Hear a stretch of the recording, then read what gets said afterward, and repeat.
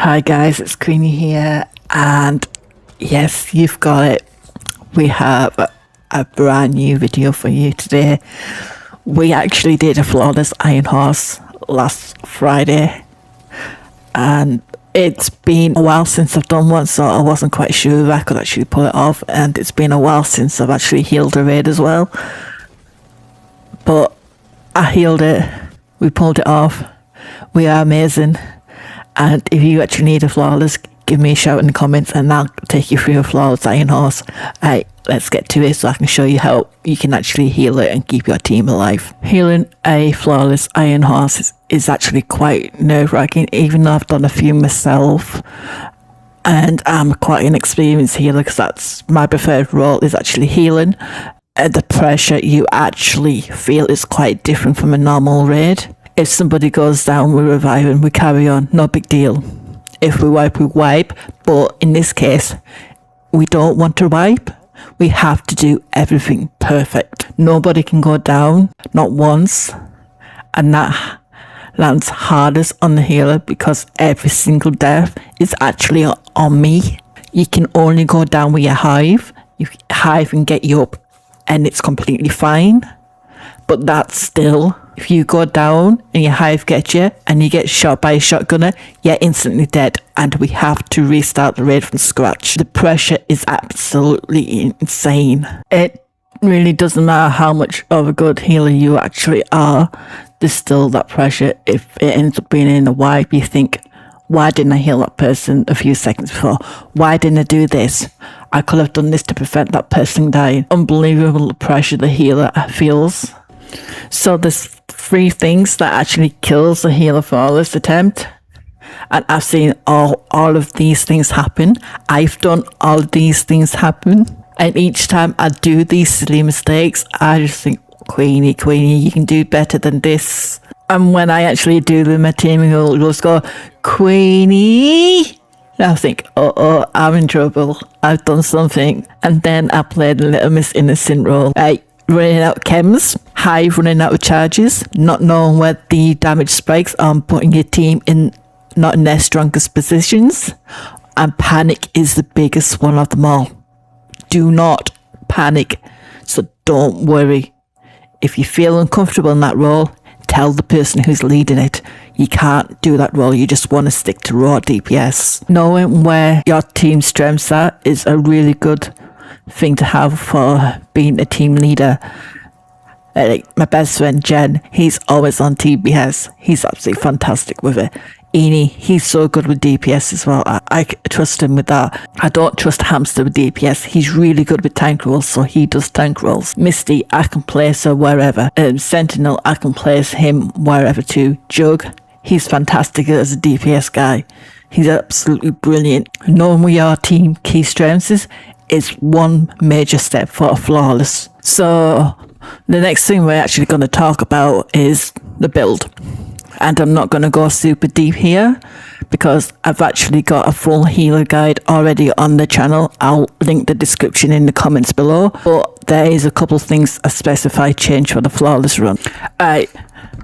The browser backpack I have with Hermano, I switched that from the skill tier to an armor core, not just for the control room, for the whole raid.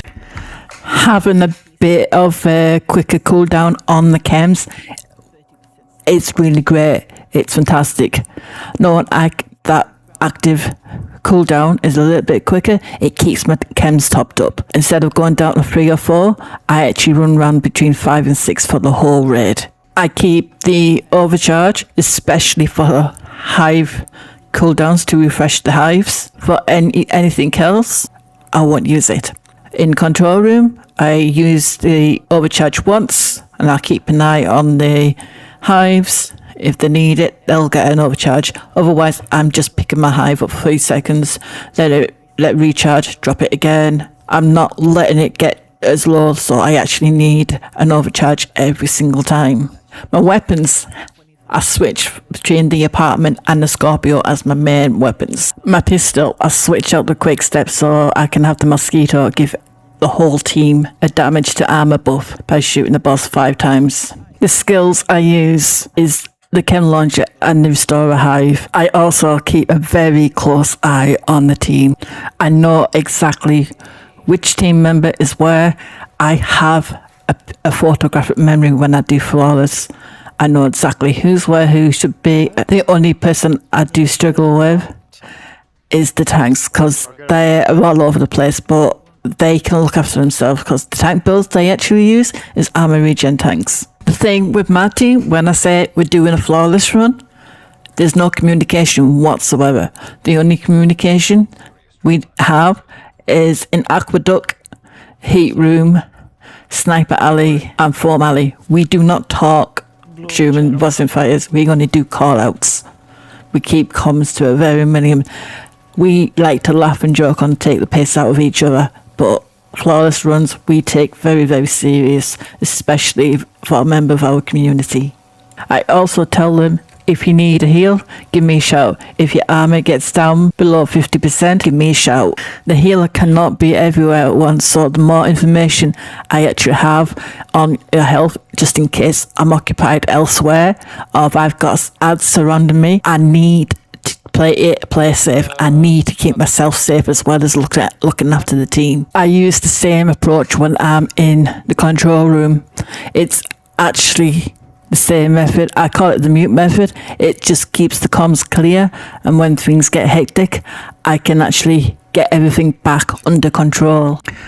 Lieutenant Grey, I do the standard overcharge, make sure the whole team's actually in the hive, apart from the person who's doing the regular one shot. I take an extra close eye on them.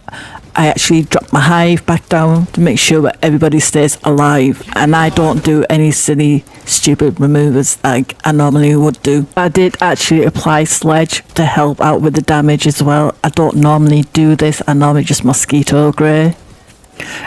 For Pfizer boss fight, I have one of my team do airlock. They always do airlock from in the airlock. They don't go inside unless they're 100% sure they can actually stay alive. I have the weakest player on back alpha. I have my second strongest DPS person on front Charlie. I have the third strongest DPS on Charlie. This flawless 10 was actually for a member of the community. What I didn't realise that he needed a bit more support with his ad control, as he nearly took out the person who was actually on Bravo. Luckily, I did a full hive refresh straight after he was back up, so he had his hive again. Another thing I actually changed for this boss fight was boss damage. In an army, we have 4 in the airlock and the rest of us out of control. This time, we had everyone in the airlock, and they did the whole ad control together. I kept myself safe away from the chunky. Normally I go and play with him, end up dying. This time I stayed clear. At Aqueduct, we sent 2 people left, which we kept as normal, but the rest of the team go right. They made a decision to stay up top and let the shotgunners come to them instead of running down and try to face tank them all, which I thought was a smart move. Williams, I didn't know how to play this fight because there's 2 ways the healer can actually do this fight, and no console does it quite differently, so I'm not going to go into that. We normally have the healer do an assistant, or the other way is having the hive run round from colour to colour, as also known as Wolfpack. But I know I had a pretty strong team. I had Jug, who's absolutely amazing on panels, so I knew me doing healer as an assistant would work out fine. The one thing I was more worried about was when it came to alphabet phase, because normally Williams focuses me and kills me, but this time the team made sure they took them off the first 2 turrets quite quickly, which I was really proud of. I was absolutely dreading Morozova. A, rocket phase. We're going to slow rockets or no rockets whatsoever. 2, no ad spawn. So those are literally 3 guaranteed wipes possible. The 4th one was everybody wipes in the middle because of mortars. I really did miss my head on this particular fight because flawless is a whole lot easier with my headhunters. As you see here, somebody actually went down right at the last second, I thought it was game over. I thought it was a wipe and we would have to start all over again. That is such a clutch moment. Me as a healer, generally, I am everywhere. All over the place, but I had to park myself in one place and stay in that place. It was so frustrating because I had the urge to move, but I knew I couldn't. I had to look after people properly. Otherwise, that wipe that we almost had, this would have been a guaranteed wipe. I had my strongest player playing DPS float and Rav stacking when the Jungi was coming out. I had my 2 tanks, which were absolutely awesome, and I had my DPS people. I kept a particular close eye on that member of the community who needs that extra support with ad control, so I can actually call out for a little bit of help. I knew if I said, Jug, can you help on left door, he would be there instantly.